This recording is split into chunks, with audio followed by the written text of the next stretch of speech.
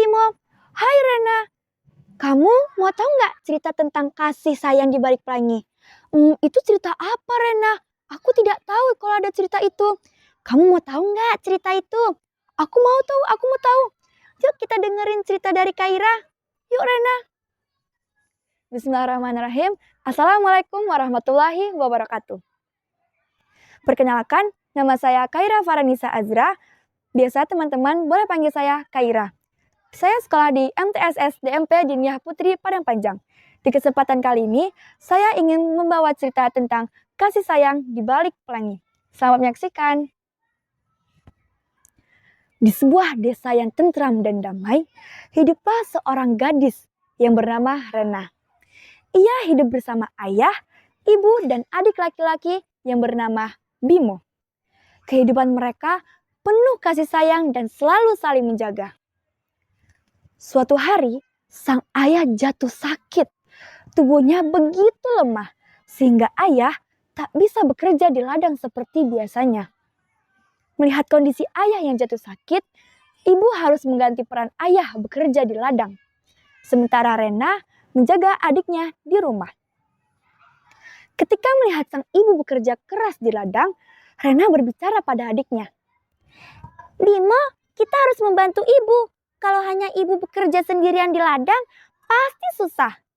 Iya kak, yuk kita bantu ibu bersama-sama. Kalau kita membantu ibu, pasti pekerjaan ibu terasa lebih ringan. Ucap Bimo dengan penuh semangatnya.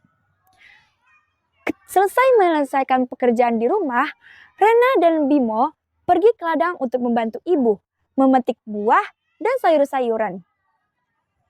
Walau lelah, Rena selalu menyemangati adiknya. Harus semangat, tetap semangat Bimo. Kalau kita membantu ibu dengan tekun, pasti ibu terasa lebih ringan.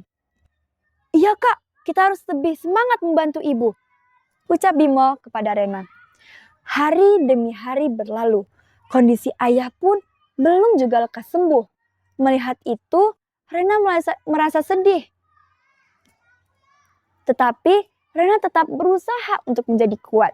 Setiap malam, Rena menengadahkan tangannya dan berdoa dengan tulus di kamarnya.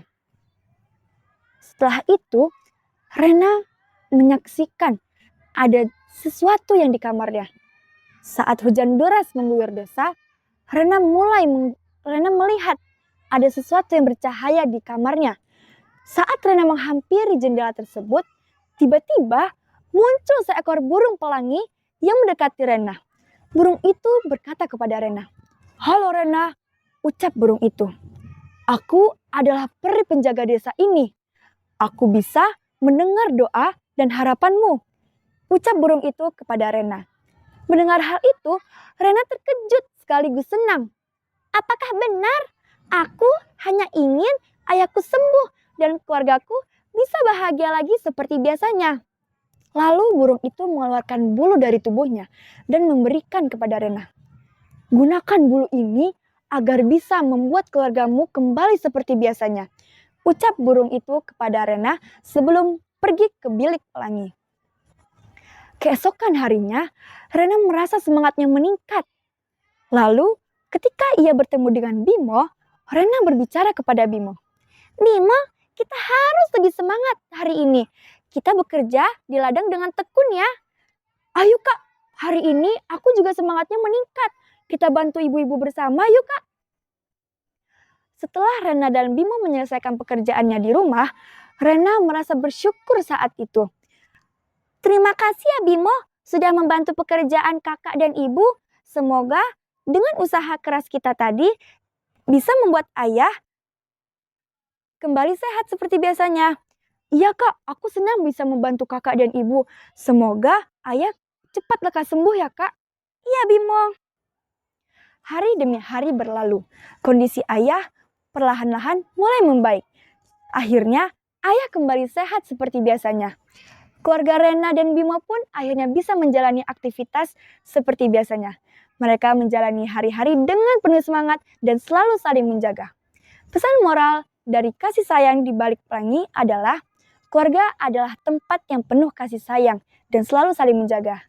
Jadi, jika teman-teman ingin bercerita boleh kepada orang tuanya atau ke adik dan ke kakak. Sekian cerita dari saya. Wassalamualaikum warahmatullahi wabarakatuh. Dadah Bimo, dadah Rena.